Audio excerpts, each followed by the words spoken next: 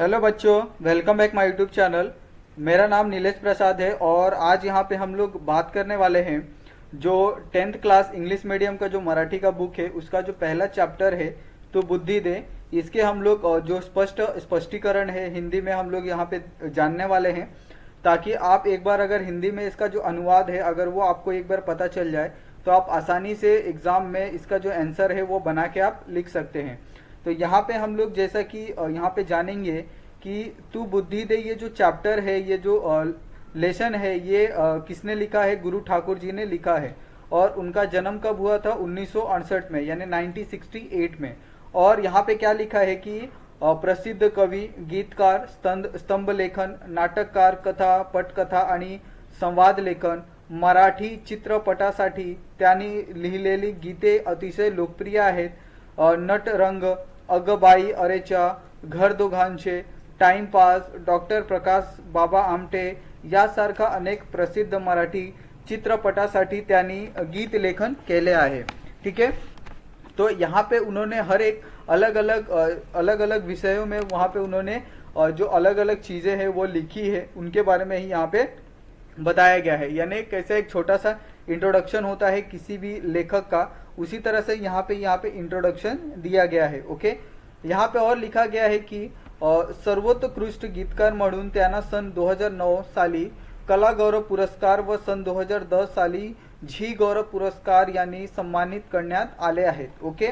उसके बाद यहाँ पे आपको ये बताया गया है कि इस चैप्टर में आपको क्या पढ़ने को मिलेगा। प्रस्तुत प्रार्थनेत सन्मार्ग, सन्मती आणि सत्यसंगती यांचे महत्व कवीने अधोरेखित केले आहे। कायम सत्याची कास धरता यावी, संवेदनशीलता जपण्यासाठी ताकद मिळाली, आनंदाचे नात होण्यात बळ मिळाले व शाश्वत सौंदर्याचा ध्वास लावला, या भावना प्रार्थनेतून व्यक्त झाला आहे। ओके, तो यहाँ पे बहुत ही स्पष्ट रूप में जो ये इसके जो राइटर है गुरु ठाकुर जी, उन्होंने कहा है कि इसके अंदर हमें एक संवेदनशील, ओके, किस तरह से हम भगवान के प्रति अपने आप को एक जागरूक कर सकते हैं, उसके प्रति ही यहाँ पे आपको सारी चीजें जानने को मिलेगी। तो उसी के हिसाब से यहाँ पे जितनी भी पंक्तियां दी गई है वो एक एक पंक्ति के बारे में हम लोग अच्छे से स्पष्ट रूप से समझते हैं। ठीक है, तो यहाँ पे हमने ये जो पहली पंक्ति है उसको हमने यहाँ पे थोड़ा हाईलाइट कर दिया है ताकि आपको कोई दिक्कत ना हो। तो यहाँ पे हम लोग जो पहली पंक्ति है उसके बारे में हम लोग सबसे पहले सर्वप्रथम जानते हैं कि इसके बारे में यहाँ पे जो राइटर है इसके वो क्या कहते हैं। तो वो कहते हैं कि तू बुद्धि दे, तू तेज दे, नव चेतना विश्वास दे, तू सत्य सुंदर सर्वथा, आज जन्म त्यांचा ध्यास दे। ओके, तो यहाँ पे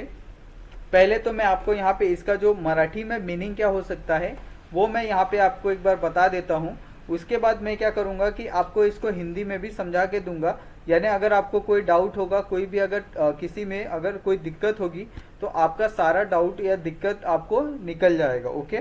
तो इसका जो मतलब है वो है की नित्य पाठीय अशी ही प्रार्थना आहे। कवी सांगतात की हे ईश्वरा,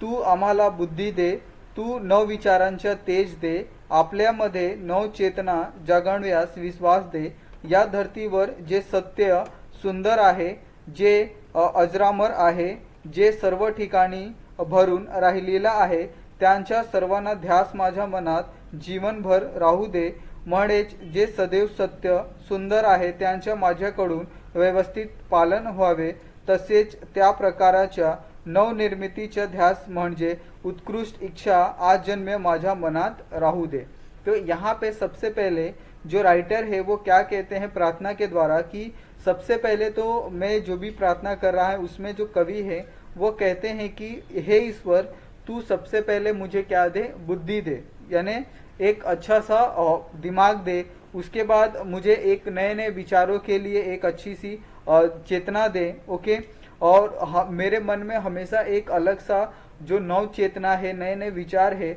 वो आने के लिए मेरे को शक्ति दे। ठीक है, और यहाँ पे ये जो हम लोग धरती पे रहते हैं वहाँ पे जो सत्य है, सुंदर है, वहाँ पे अजरामर है, वो सब ठिकानों पर जो जितने भी जहाँ जहाँ जितने भी ठिकाने हैं यहाँ पे धरती पे, वो सभी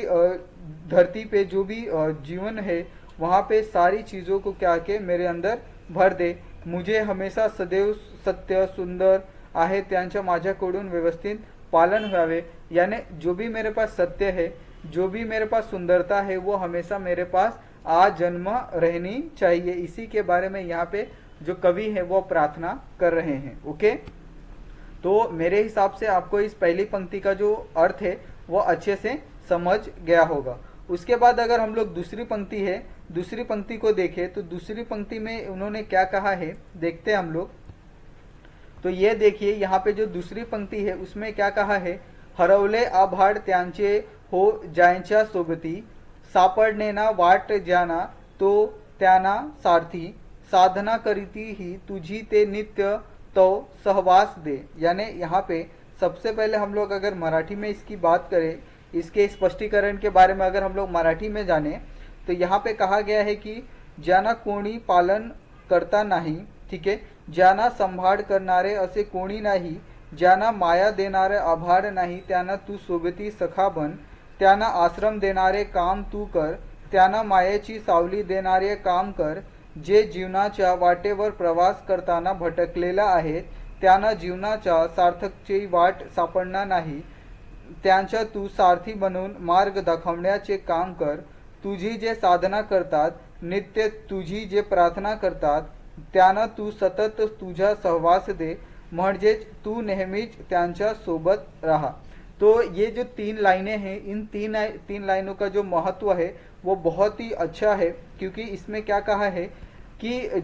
तू एक बादल की तरह काम कर। जिस तरह से बादल है कि वो किसी में भी भेदभाव नहीं करता है, उसी तरह से यहाँ पे ईश्वर को कहा गया है कि जिनके माँ बाप नहीं है उनके तू माँ बाप बनने का काम कर। ओके, ज्या संभाळ करता असे कोणी नाही, त्यांच्या तू एक उनको आसरा देने का तू काम कर, उनके साथ तू सोबती सखा बन, यानी उनके दोस्त बन के तू रहे। ठीक है, जिनके पास रहने के लिए आश्रय नहीं है उनको तू आश्रय देने का काम कर, जिनके पास छांव नहीं है उन्हें छांव देने का काम कर, जो अपने जीवन से रास्ता भटक गए हैं उन्हें सही दिशा दिखाने का तू काम कर, और तू हमेशा उनका जो सारथी है, जिस तरह से जो कृष्ण भगवान है अर्जुन के सारथी बने थे, यानी पूरे रास्ते उन्होंने उनका मार्गदर्शन किया था, उसी तरह से तू इनका मार्गदर्शन कर। ठीक है, और ये तू हमेशा करते रहे, और मेरी यही प्रार्थना है कि तू सतत तुझा एहसास दे, सहवास दे, यानी हमेशा क्या जो गॉड है, जो भगवान है, वो हमेशा ऐसे लोगों के साथ हमेशा रहने चाहिए। ठीक है, यही यहाँ पे उन्होंने कहा है। उसके बाद अगर हम लोग आगे की जो पंक्ति है उसको देखें तो आगे की पंक्ति में उन्होंने कहा है कि जानवऱ्या दुर्बलांच्या दुःख आणि वेदना, तव्यत राहो सदा रंध्यातूनी संवेदना, धमन्यातल्या रुधिरास या खल भेदण्याची आस दे, सामर्थ्य या शब्दाच आणि अर्थ या जागनास दे। ओके, तो यहाँ पे सबसे पहले अगर हम लोग मराठी में इसका अनुवाद देखें तो इसका अनुवाद सिंपल है। इसमें क्या कहा है कि या जगात जे दुर्बल आहे, ठीक है, या मतलब इस जग में जो दुर्बल है त्यांचे दुःख आणि वेदना जाणून घेण्यासाठी माझ्या शरीरातील रंध्यात सतत संवेदना तेवत ठेवण्याचे काम तू कर, माझ्यामधील संवेदना सतत जागृत ठेवण्याचे काम तू कर। यानी यहाँ पे जो दुर्बल है उनके जो सुख है, वेदना है, दुख दर्द है, उनको हमेशा सहने के लिए उनको शक्ति दे। ठीक है, और हमेशा उनके साथ हमेशा खड़े रहे। ओके,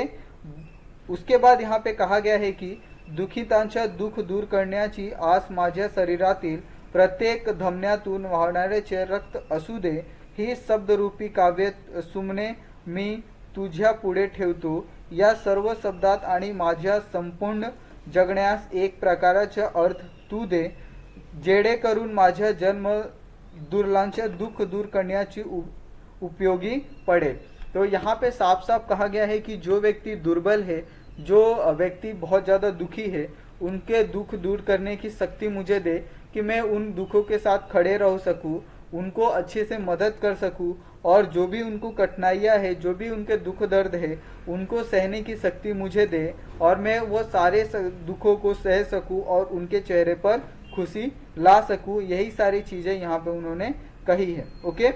उसके बाद अगर हम लोग जो लास्ट वाली पंक्ति है, लास्ट वाली पंक्ति को देखें तो उसमें उन्होंने क्या कहा है कि सन्मार्ग आणि सन्मती लाभो सदा सत्य संगती, नीति नाही भ्रष्ट हो जरी संकटे आली किती, पंखास या बळ दे नवे झेपणारा आकाश दे। तो यहाँ पे जो लेखक है वो क्या कहते हैं कि मला सतत चांगला मार्ग आणि चांगली बुद्धी लाभू दे, ठीक आहे, सतत चांगल्या सज्जन माणसाची संगळ मिळू दे, माझ्या जीवनात कितीही संकटे आली तरी मी माझ्या कर्तव्यापासून कधी दूर होणार नाही अशी माझी निमित्तमता राहू दे, माझे आचरण कितीही भ्रष्ट होऊ नये, जीवन रूपी वाटेवरून प्रवास पार करण्यासाठी या पंखांना तू बळ दे, कायम सत्याची कास धरून संवेदनशीलता जपण्यासाठी तसेच आकाशात झेपावण्यासाठी बळ दे, म्हणजे सतत सौंदर्याचा ध्यास माझ्या मनात राहू दे आणि तो ध्यास पूर्ण करण्यासाठी नवे आकाश म्हणजेच आकाशा एवढ्या नव्या संध्या तू निर्माण कर की जगामध्ये मी माझे कर्तव्य दाखवू सकेन। तो यहाँ पे साफ साफ उन्होंने कहा है कि सबसे पहले तो मुझे एक अच्छी और चांगली बुद्धि मेरे को दे, ठीक है, जिससे मैं क्या कर सकूं, सतत हमेशा अच्छा और सज्जन माणसाची संगत मिळू दे, और जितने भी मेरे जीवन में लोग मिलते हैं वो बहुत अच्छे होने चाहिए और वो बुद्धि वाले होने चाहिए और उनकी जो संगति है वो बहुत अच्छी होनी चाहिए, और मेरे जीवन में अगर कोई भी मुसीबत आती है तो ये सारी मुसीबतों को दूर करने के लिए मेरे में शक्ति दे, ठीक है, और मैं कभी भी किसी के लिए भी बुरा ना सोचूं, इसके लिए मुझे शक्ति दे, मैं कभी भ्रष्ट ना हूं, इसके लिए मुझे शक्ति दे, और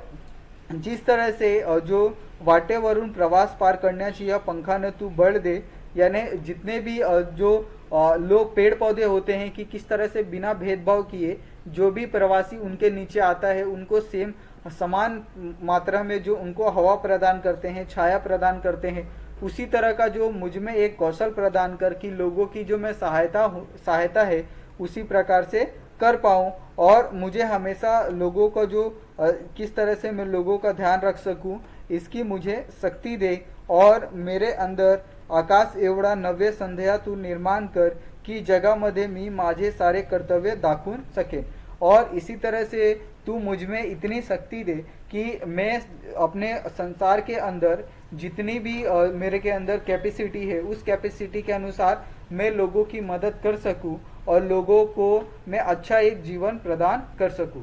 तो यहाँ पे आपको ये जो पूरी कविता है तू बुद्धि दे, यानी एक बुद्धि के बल पे आप क्या क्या कर सकते हो, यहाँ पे वही यहाँ पे बताया गया है। ओके, और यहाँ पे कुछ शब्दार्थ दिए गए हैं, यानी अगर आपको कोई किसी में कठिन शब्द आते हैं तो उस कठिन शब्द का यहाँ पे आपको मतलब दिया गया है, और उसी तरह से यहाँ पे आप नीचे एक प्रस्तुत प्रार्थना ही काव्य नंदासाठी घेतली असून मी विद्यार्थ्याकडून ताला सुरात म्हणून घ्यावी, और यहाँ पे एक आपको एक्टिविटी भी करने के लिए दी गई है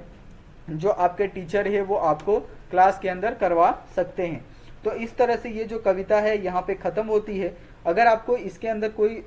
तकलीफ होगी, कोई डाउट होगा या फिर किसी शब्द को लेकर कोई अगर मतभेद है तो आप हमें कमेंट करके अपने जो भी डाउट है, जो भी आपकी प्रॉब्लम है उसको आप पूछ सकते हैं। ओके, तो आज के लिए बस इतना ही। अगर आपको वीडियो पसंद आया हो तो वीडियो को लाइक कीजिए और चैनल को सब्सक्राइब करना ना भूलिएगा। तो आप सभी के लिए वीडियो देखने के लिए बहुत बहुत धन्यवाद। मिलते हैं हम लोग नेक्स्ट वीडियो में नए टॉपिक के साथ। Thank you so much.